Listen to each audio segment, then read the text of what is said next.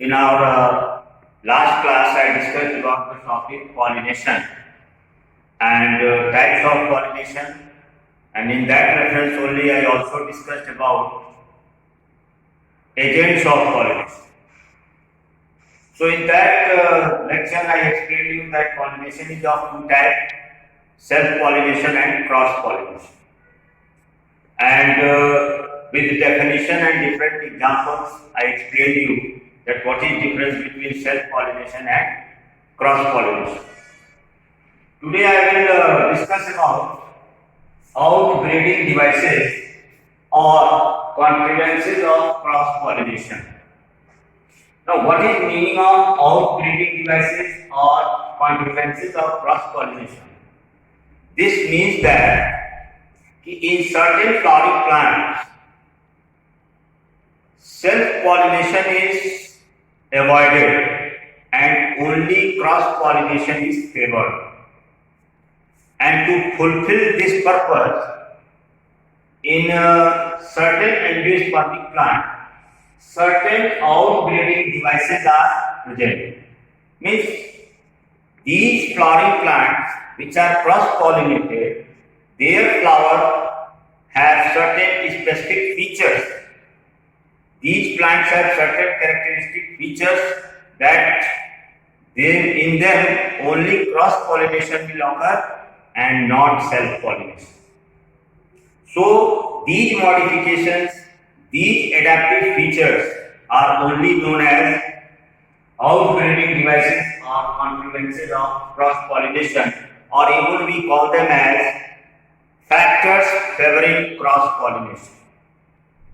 Now, I have enlisted the different outbreeding devices, and these different outbreeding devices are: the first one is declining or diocesan or unisexuality.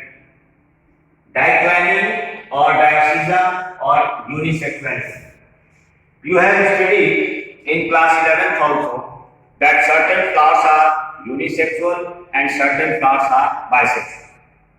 Now the flowers which are bisexual, the stamen and carpel, they are present in the same flower.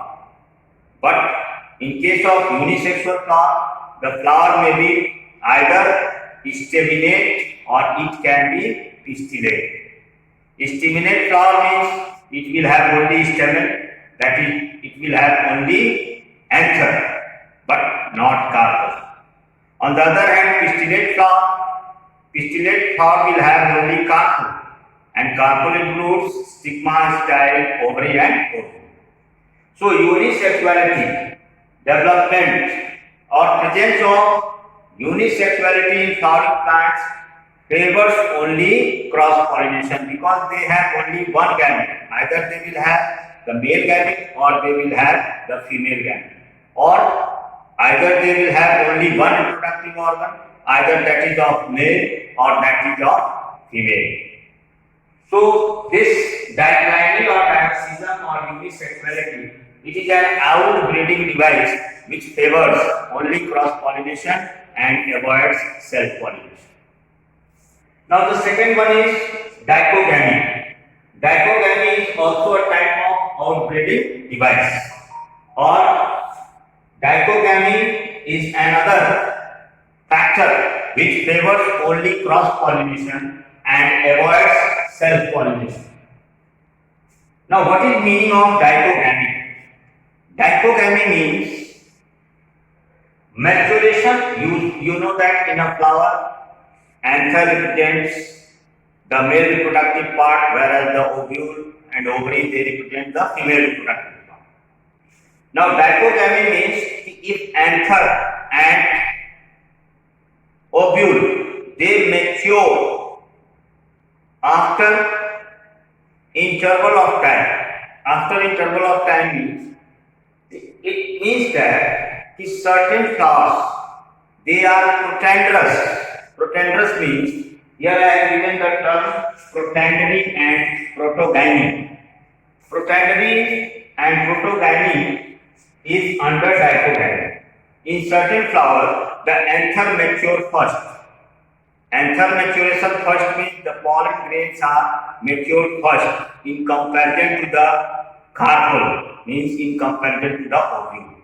So certain flowers they are protandrous, means anther mature first and carpel they mature afterward. So in this case what will happen? The pollen grain will not get on the stigma of that because the stigma is still under developing condition. And protogynic condition means the ovule mature first. The female reproductive organ, the female gametes, they mature first and anther matures afterward. So in this situation also, this flower will not get its pollen grain. So in both the situations what will happen? They will be only able for cross-pollination. They will favor only for cross-pollination, and that is meaning of dichogamy. That is maturation at different time intervals. Maturation of reproductive organ, that is maturation of stamen and carpel at different time interval. That is meaning of dichogamy, and there are two conditions are there: protandry and protogyny. Protandry means maturation of stamen or anther first, and protogyny means maturation of carpel or ovule first. Now the third outbreeding device is hercogamy.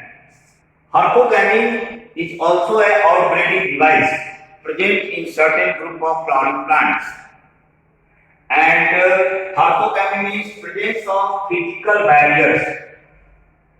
Physical barrier means in these group of flowering plants, the anther and stigma, they are having certain physical barriers which avoid the meeting of pollen grain with the stigma. And these physical barriers may be of two types. And here I have given haline membrane. One term I have given haline membrane, and second one is gynostigium. So haline membrane and gynostigium are the example of physical barrier which leads to hercogamy. Haline membrane is present over anther of certain group of flowering plants. In certain group of flowering plants, the anther, it is covered by a haline membrane which prevents dehiscence of anther to release pollen grains. Means haline membrane, if it covers the anther will not, means dehiscence of anther will not take place. And in that situation what will happen? Pollen grain will be not released. On the other hand, in certain group of plants, the stigma surface, the surface of stigma, it is covered by a cap-like structure, and that cap-like structure is known as gynostigium. So these are the two physical barriers which are reported in flowering plant, which prevent self-pollination and they favor only cross-pollination. That is the meaning of hercogamy. Now, the next outbreeding device is heterostyling. Heterostyling means, in this case, the style of the flower, the style of the carpel of the flower, that is of different length. Different length means, in some cases, the flower may have long style like this, and the anther, it may be lower in position. Style is very long, and anther containing, filament containing anther is very short. So in this situation, what will happen? The pollen grains will not be able to reach on the stigma, so self-pollination will not take place. So in that case also what will happen? Only cross-pollination will take place. Or another thing can happen, style may be highly reduced, it may be very short or very reduced size, and anther may be very long, like this. In this situation also, there is less chance of pollen grain to be on the stigma. So in this situation also, self-pollination will be avoided and only cross-pollination will be favored. That is meaning of heterostyle. In this case, style may be of different length. Either they may be too long or they may be highly reduced. And the last one, that is self-sterility or self-incompatibility. Self-sterility means, in this case, the pollen grains of a flower, they become sterile. Sterile means they fail to germinate. Pollen grains fails to germinate on the wall of stigma due to deficiency of certain phytohormones, due to deficiency of certain mineral nutrients, and they lead to sterility.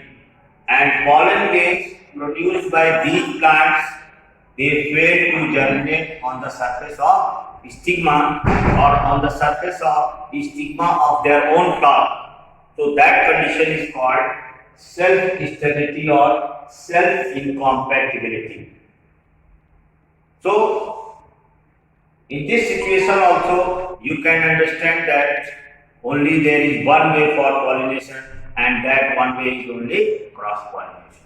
So these are the outbreeding devices which are favoring cross-pollination in certain group of flowering plant. They favor only cross-pollination and they avoid self-pollination. So for analyzing the outbreeding devices, maybe diclinary situation, dicogamy situation, orthogamy situation, heterostylic and self.